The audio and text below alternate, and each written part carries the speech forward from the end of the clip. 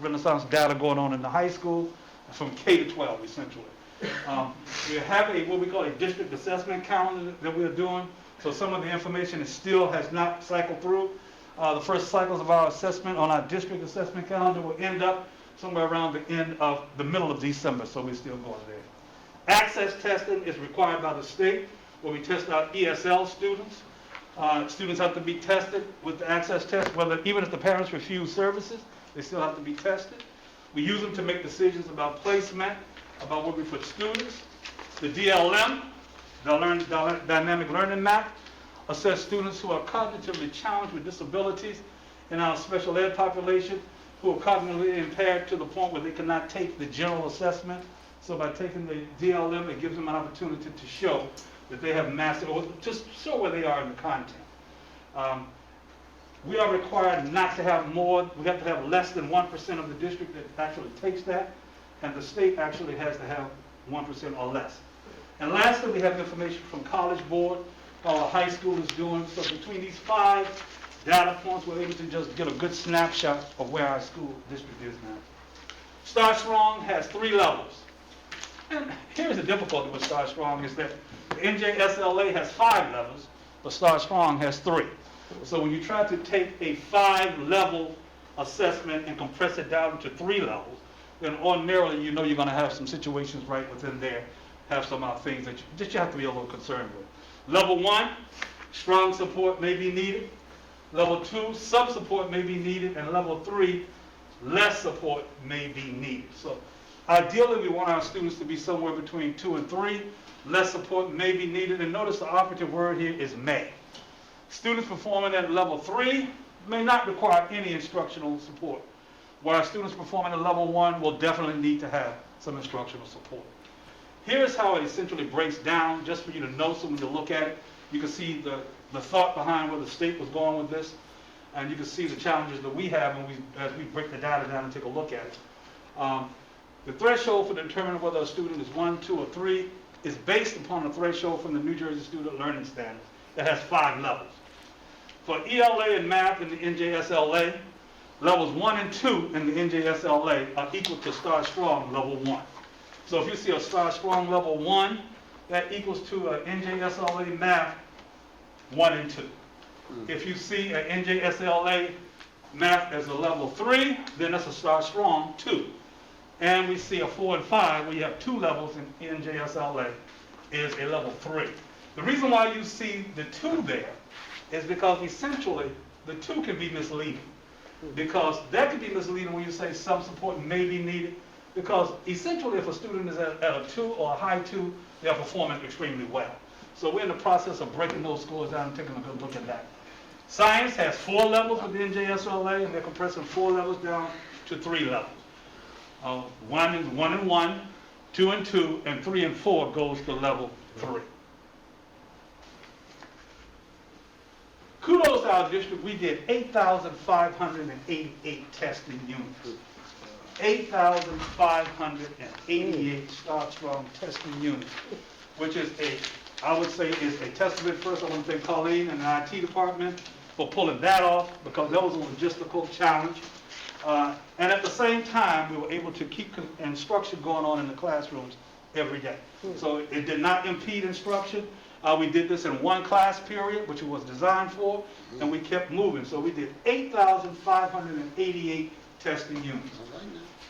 In ELA, 3,447 students tested district-wide in ELA, and 3,678 students in math, and 1,463 students tested district-wide in science. If we look at how we achieved here, we'll look here. Level 1 is where we have our challenges, 30%. So, and this is a snapshot in time. I really want to emphasize that. So it's 1 assessment, 1 day, a snapshot in time. 30% of our students need some assistance. They say need more assistance. So that means that essentially 70%, according to this assessment, of our students who tested in math, that includes Algebra 1, Algebra 2, and geometry, do not essentially need a strong amount of support. So that's a good sign. And I'm happy to say that that's better than where we were in 2019, when we exited the NJSLA. So despite all of the things that happened, we were still able to hold strong in ELA and keep that going. And then we can see when we go over to other assessments and correlate them, that we see a similar trend in other places. In math, we notice here, level 1 is 50%. Now we're about 4 points off where we were, 3 to 4 points in math in 2019, which statistically is somewhere in the same ballpark. But the difference is that in this score, we aggregate all of the math in the district. So you have all of the math at the 4 or 5s, the middle schools, Geometry 1, Geometry 2, Algebra 1, Algebra 2, and Geometry. All of that is aggregated into one math score, which is a little misleading too. And then when we get down to science, we see that we have in level 1, 41% in science, and we have 2 and 3, we have that there.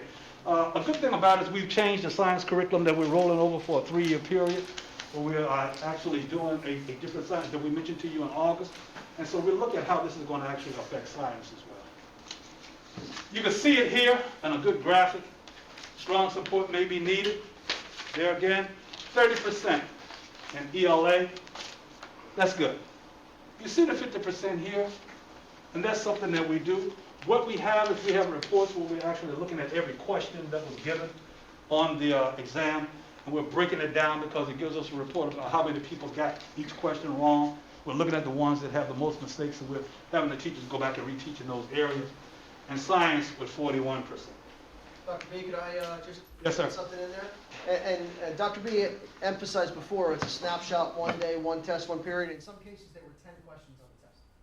So we're asked to compare district-wide assessment data from 10 questions on 1 day in October after being out essentially most of last year. So again, we're not downplaying the fact that it's a 50% or 41 or 30, but just to give you the total package. Absolutely. About the set up the test and you're in and out 10 questions later. There you go. So I'm sorry to interrupt. That's exactly the reason why everyone, and to Dr. Manelli's point, all of my colleagues across Middlesex County and across the state, we're all in those who have historically been more high performing than we are, they're actually lower than we are. So it's something that we look at and we realize that it's just a point in time. But it's data, so we look at what we can get from that and we can move on from that. Star Renaissance local assessment. We wanted to focus on the transition grades. So if you see here in this Star Renaissance data, we want to look at the green and the blue. So this is green and the blue is where you really want to focus your right up in here. And if you see the green and the blue, and you look at what's in these two areas, we did very well. These are students who are leaving grade 3, going to grade 4. And so they did this assessment in September, going to grade 4. And look how well they did. That's a good sign of where we are. Can you just read what the greens and the blue is? I don't know if everybody can see it. Meeting, exceeding. Thank you. Okay, and what we have here, and essentially, if you look at the two, right here, that's what we are concerned with not performing at right there. Not meeting is the red right here. That is 9%. And partially meeting is right here. That's 15%. So you're looking at possibly like 24%, which is relative. That's a pretty good. That's 76%. 76% of our students leaving grade 3, going to grade 4. And this is our internal screening predicated upon our curriculum that we teach in the district. And so you see here, extremely well. We're very proud of that. We held strong there. Look at reading. We see the same thing. In reading, we did even better. You see, the red is the not meeting. In the red, that's 3%. And in partially meeting, that's 4, that's 17%. 17% there. Again, from grade 3 to grade 4, 17%. So that's what 77% of our students did well in reading.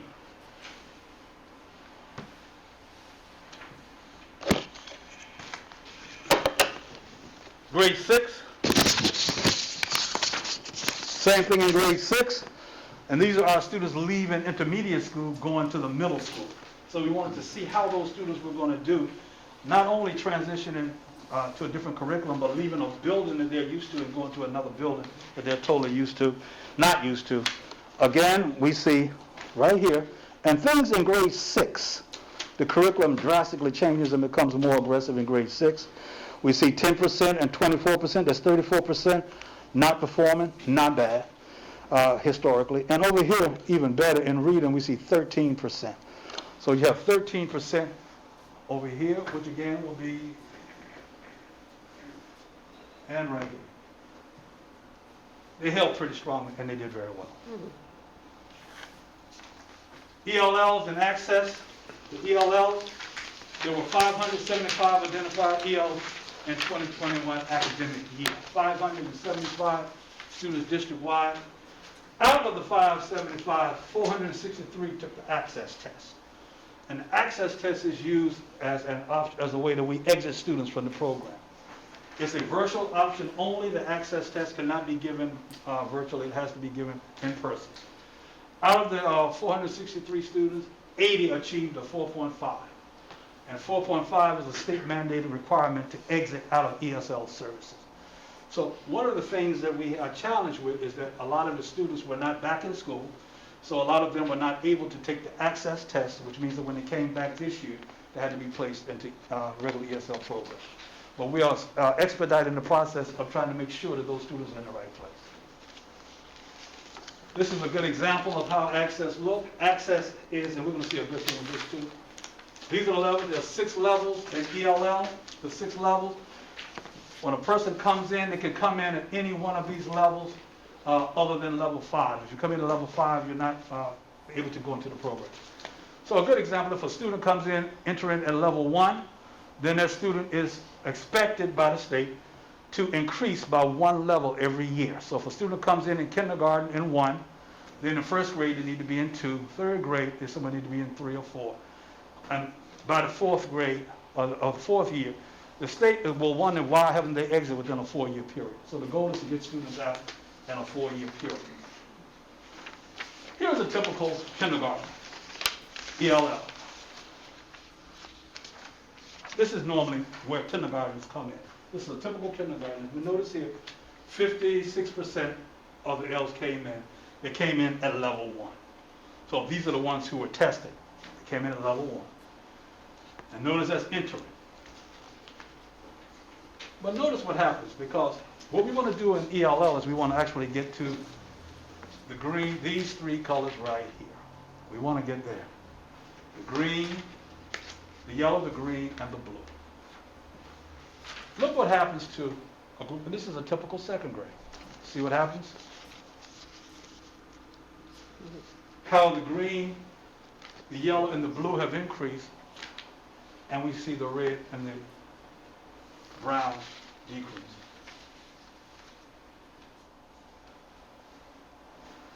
DLM? Before you move on to DLM, and that's a very fluid situation with the students who move in and maybe out of the district as well, so that changes over time. Yeah.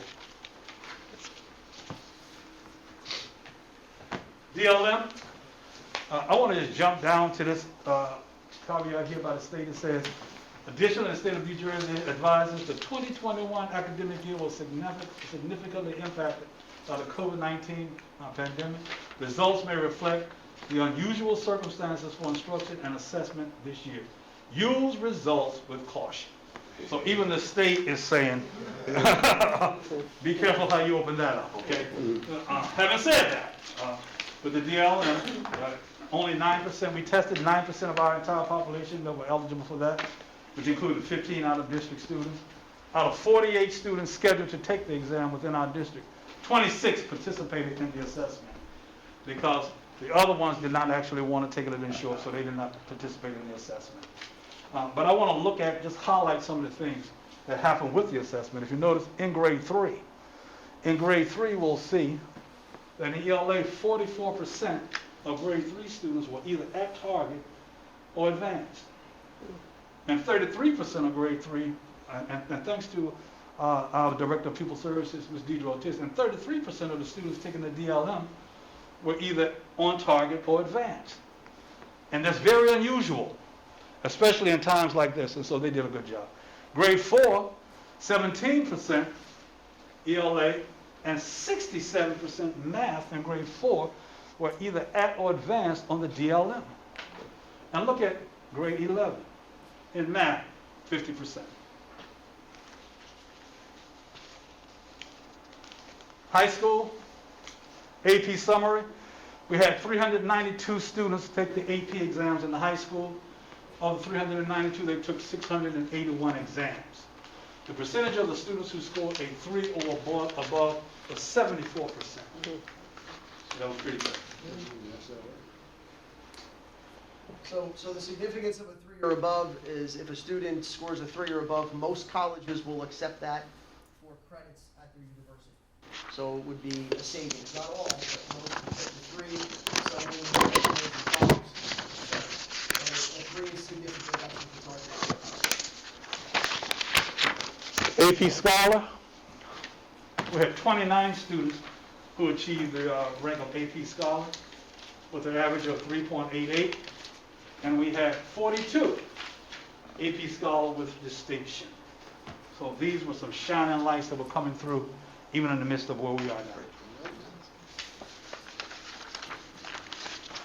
now. SAT, we had 203 students who took the SAT total, which is down by roughly about 150, 175 kids, but we had 203. And you can see here, what they did was we are above the state average in raw score,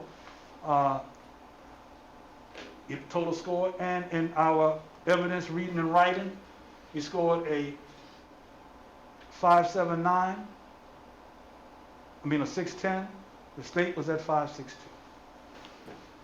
So one of the reasons for the down number is many colleges and universities before the pandemic were moving away from accepting the SAT or requiring the SAT for acceptance.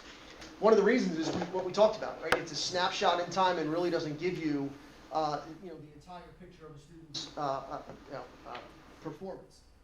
And additionally, with the pandemic, many more schools did not require the SATs.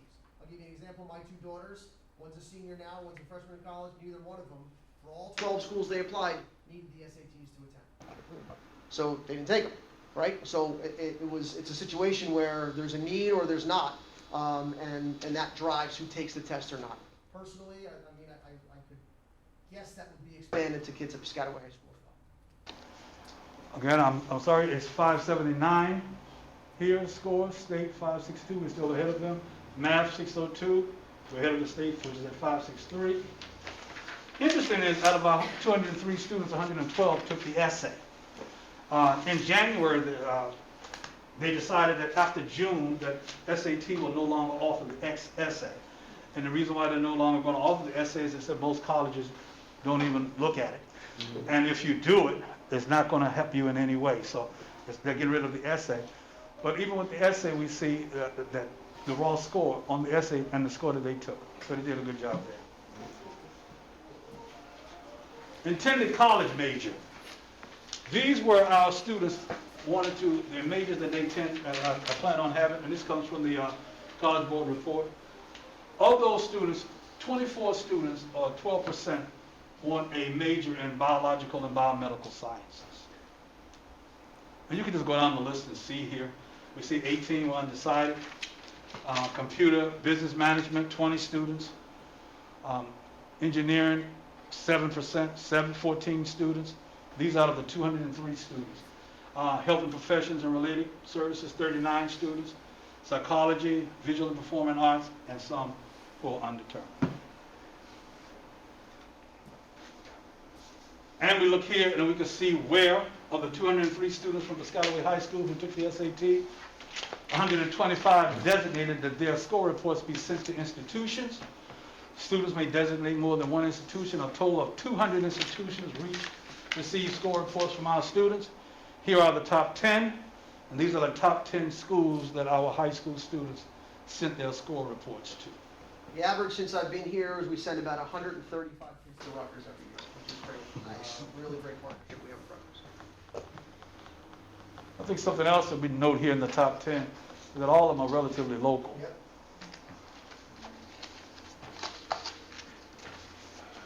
And lastly, we don't just look at the numbers, but there are other ways that we look at achievement in our district. And we can see here with the various activities and things that go on in our great school district that there are many and multiple ways that students can exhibit their proclivity and their talent. Thank you, sir. Questions for Dr. B?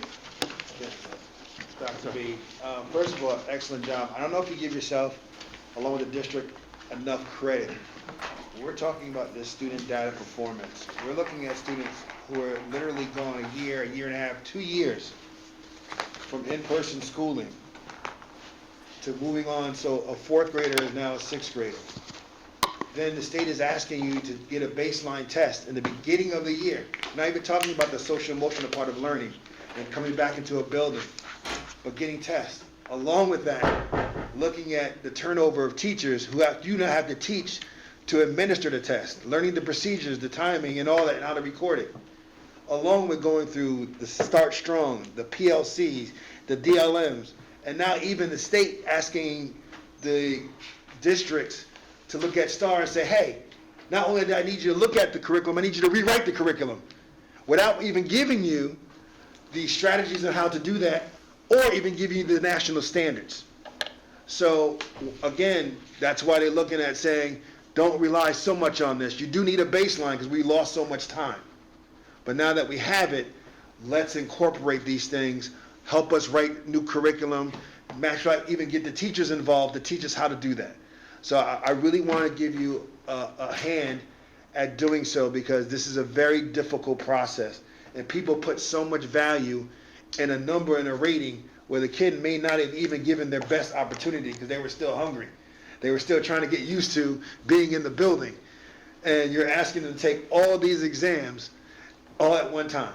So again, I have to give kudos to Dr. Ranelli, yourself and your staff for compiling all this information, but also saying there's more to learning, and colleges are now recognizing, as you said, with the SAT, we see a lot of students saying, no, I have other things that make me a whole person. And again, I just want to emphasize that the numbers are not what your student is. It's not what your child is. Even the state has recognized that, wait a minute, we don't even know what's going on here. So again, give yourself the credit for collaborating all this data, because it's a lot of data. And I know we're going to move forward, we're going to build, but it is some positive things in here that show us that the kids maintain from the education that we've given over the years, they've maintained a lot of that. So again, to you and your staff, thank you.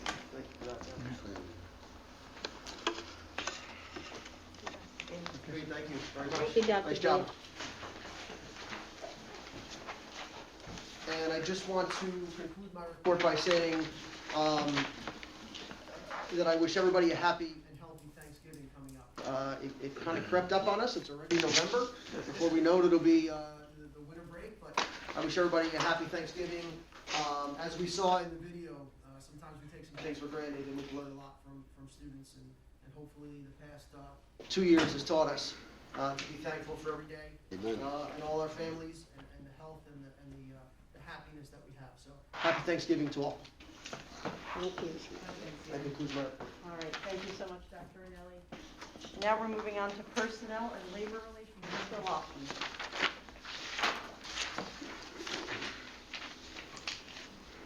Be it resolved that the following motions identified as items A through F be approved as presented. Second. Ms. Cherry? Yes. Mr. Fields? Yes. Mr. Johnson? Yes. Mr. Laughlin? Yes. Mrs. Lane? Yes. Mrs. Hobson? Yes. Motion's carried. Thank you, Mr. President. Moving along to committee reports. We have one this evening, and I actually have the benefit of sitting on the Fiscal Planning and Operations Committee with Mr. Patel. He's not here with us this evening, but I can go ahead and take the report. We actually had our meeting last night. The Fiscal Planning and Operations Committee met on Wednesday, November 10th, 2021 to review the 2020-2021 audit status, capital projects, ESIP, food service updates, and business office updates. 2020-2021 audit. Mr. Oliveira reported that the audit completion deadline was extended to January 31st, 2022, and the NJ DOE filing deadline to February 5th of 2022. Audit summaries are due January 4th of 2022. Capital projects, facility capital projects, the project kickoff meeting is scheduled for today for the generator replacement project. Bid specifications for the HVAC replacement project are being prepared for a release date of December 9th, 2021.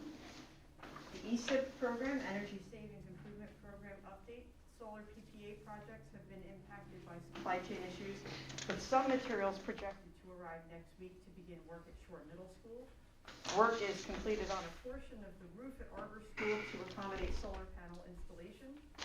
Honeywell projects received DOE approval on October 20th. The LED lighting contractor has conducted walkthroughs in some buildings and is scheduling the work. Bid documents should be finalized by the end of the month, with the bid window opening in December. A food service update. Food service operations are performing above expectations financially and are projected to generate a surplus. Mr. Oliveira is reviewing uses of the surplus to comply with the NJDA financial requirements. Sodexo and Mr. Oliveira met with Mr. Valvisano's PHS advisory group, and Mr. Oliveira reports that the group received student feedback on the school meals. The committee discussed challenges faced by the food service program and action plans for improvement both now and post-COVID. And finally, the business office update. Mr. Oliveira is reviewing the NJCEP grant opportunities for energy-efficient HVAC upgrades and plumbing upgrades. The district opened discussions with the Diocese of Metuchen regarding extensions to the leases at both Cabrini and Fatima to accommodate an expansion of the preschool program. And that concludes the Fiscal Planning and Operations Committee report. Ms. Lang, yes, I have a question, but maybe Mr. Oliveira can answer it. You mentioned in number 4, food service update, and that the food service operation was performing above expectation financially. Generally, for food contractors, there are 2 types of contracts. What kind of contract are we signed with Sodexo? We have a fixed price For a contract. fixed price? Okay. So, in that, those sometimes surplus could be then reintegrated back into the schools, they can put that money back into the schools? It has to be used for food service related operations, so we're looking at, we already reached out to the principals regarding cafeteria table requests. We're looking at new equipment for, the preparation of food and to kind of increase the efficiency and quality of the equipment used to prepare the food. So those are just a couple of the things we're looking at. Thank you so much. Any other questions? Okay, that concludes committee reports. Moving on to approval of minutes. Mr. Fields? Be resolved that the following minutes be approved as submitted. Business meeting October 14th, 2021. Executive session October 14th, 2021. Second, That is something. yes. All in favor? Aye. Any opposed? Motion carries. Thank you. Public comments from the floor. The Board of Education recognizes the value of public comment on educational issues and school matters of community interest. In support of this position, the law establishes a period of public comment at every board meeting. Individuals wishing to speak must state their name and address. Comments are limited to 3 minutes duration, but an individual may speak a second time after all others who wish to speak on the topic have been heard. The board may require that individuals register to speak prior to the beginning of the meeting. Participants may submit written material in support of their position. All statements and/or questions shall be directed to the presiding officer, and no participant may address or question board members individually. All speakers are requested to express themselves in a civil manner, with due respect for the dignity and privacy rights of others whose legal rights may be affected. Please note, while it is not the board's intention to stifle comment on matters of legitimate concern to the school community, the public should be aware that if their statements violate the rights of others under the law governing defamation or invasion of privacy, they may face personal liability to the injured party. If speakers are uncertain of the legal ramifications of their comments, the board urges them to seek guidance beforehand from their own legal advisor.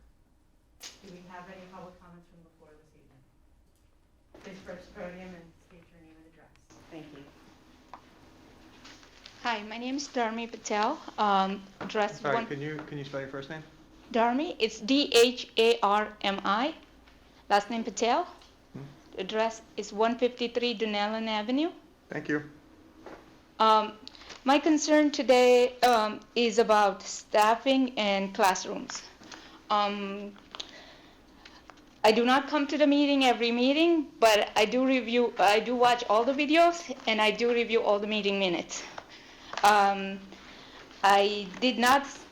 was not able to find one for last month on the website regarding, so I see in September and July, there were 8 teachers out on family leave. September, we had 6 out, and 2 of them are out till 2022. November, I'm seeing that 16 teachers are out, and 10 of them are out till 2022. I am very happy with I have 2 kids in Grandview, and I'm very happy with the teachers and their work. I am just concerned of what they go through. I am in touch with them every day because of my kids and what they go through. I'm not, I just like to, Can I ask you to clarify what you say they, the teachers or your students? both. Both? Okay, I just want to take notes. Make So my question today is, do we have enough staff, and how is it determined is it sufficient enough? I do have another question, but I know it's 3 minutes limited, so this is my biggest concern, and this is the question I want to ask. Sure, so I'll answer part of that, and maybe I'll ask our Director of Human Resources to answer part of it as well. We are in compliance with what we need to be in compliance with. If not, we make sure that we address the issue or the classroom that we are. We have a board policy from in our elementary schools not to go over a class of 25 students, and we stick to that pretty regularly. For other classrooms, special ed classrooms, we're in compliance with what we need to be. If my director of special services or the supervisor of special education tells us through our meetings that we're not, we address the situation as well. So is there a specific area that you're concerned, or? Yes. Yeah, okay. I have 2 kids. My youngest is in self-contained classroom, Okay. and they have 16 students in his class, and I don't know about other 15, but my son has delayed response. Okay. So when I say delayed response, 10 seconds, and before he can answer. And if he doesn't answer, you gotta ask him again. Give him another 10 seconds. For one teacher to work with 16 kids and giving him time, she does her I did best. receive your email this morning, and did Mr. Brown, did Dawn call you today? Did you Yes. speak to her? And how did that conversation go? I'm still waiting to talk to case manager. Okay, all right. So now my other concern is my 3 years old. He is in 3rd grade, and he has 2 homerooms. He's in one class 2 days, another class another day. He loves to read, so he likes to take books with him. Unfortunately, he couldn't take his book today with him.